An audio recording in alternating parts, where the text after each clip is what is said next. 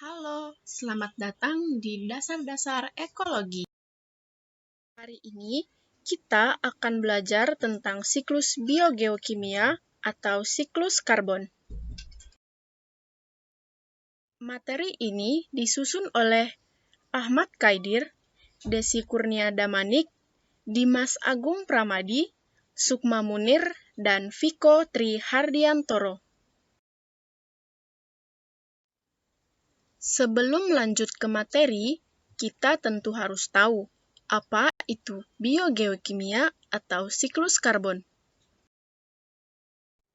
Biogeokimia berasal dari 3 kata, yakni biologi, geologi, dan kimia. Artinya, siklus biogeokimia adalah proses peredaran unsur-unsur kimia dari lingkungan ke komponen biotik dan kembali lagi ke lingkungan. Proses ini terjadi secara berulang-ulang dan tidak terbatas. Dalam biogeokimia dikenal 2 macam daur, yakni daur edafik dan daur atmosferik. Daur edafik merupakan daur di mana unsur kimia pada daur tersebut tidak pernah membentuk gas di udara.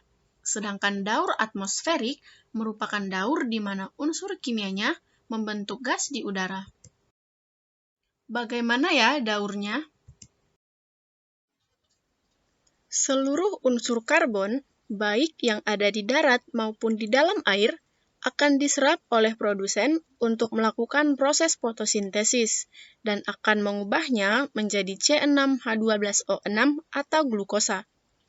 Sebagian oksigen akan digunakan untuk fisiologi tumbuhan itu sendiri, dan sebagian lagi akan ditransfer ke konsumen melalui rantai makanan. Konsumen yang melakukan respirasi akan melepaskan unsur karbon ke udara dan nantinya akan kembali diserap oleh tanaman. Pada saat produsen dan konsumen mati, bahan organik yang ada di dalam tubuhnya akan diuraikan oleh dekomposer dan akan melepaskan senyawa karbon lagi ke atmosfer ataupun ke dalam air. Bahan organik yang mengalami pembusukan juga akan berubah menjadi humus. Pengendapan pada lingkungan berair akan membentuk tanah gambut. Ada juga bahan organik yang butuh waktu lama untuk diuraikan dan terjebak di lapisan kerak bumi akan membentuk unsur karbon seperti batu bara dan minyak bumi. Dari sini, manusia mengolahnya menjadi sumber energi dan hasil pembakarannya akan melepaskan karbon lagi ke udara dan akan diserap oleh produsen. Senyawa karbon juga bisa berasal dari erupsi gunung berapi, kebakaran hutan, dan masih banyak aktivitas alam lain. Yang menjadi pertanyaan selanjutnya yaitu, karbon itu berasal dari mana? Sumber karbon berasal dari beberapa materi, seperti yang pertama, organisme. Karbon dihasilkan dari proses respirasi makhluk hidup, serta dekomposisi organisme yang telah mati. Pada proses respirasi yang dilakukan oleh makhluk hidup, akan menghasilkan senyawa karbon dioksida atau CO2. Selain itu, asap dari hasil pembakaran bahan bakar kendaraan juga mengandung karbon.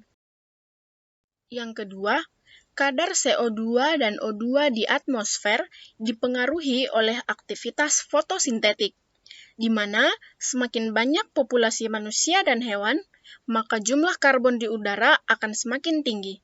Oleh karena itu, perlunya ruang terbuka hijau atau taman kota sebagai penyeimbang kepadatan penduduk dapat menjadi alternatif agar lingkungan pemukiman tetap sehat. Ketiga, ada juga dari alam. Di antaranya adalah ketika terjadi peristiwa kebakaran hutan dan erupsi vulkanik pada gunung berapi. Demikian pembahasan tentang siklus biogeokimia atau siklus karbon dari kami. Terima kasih.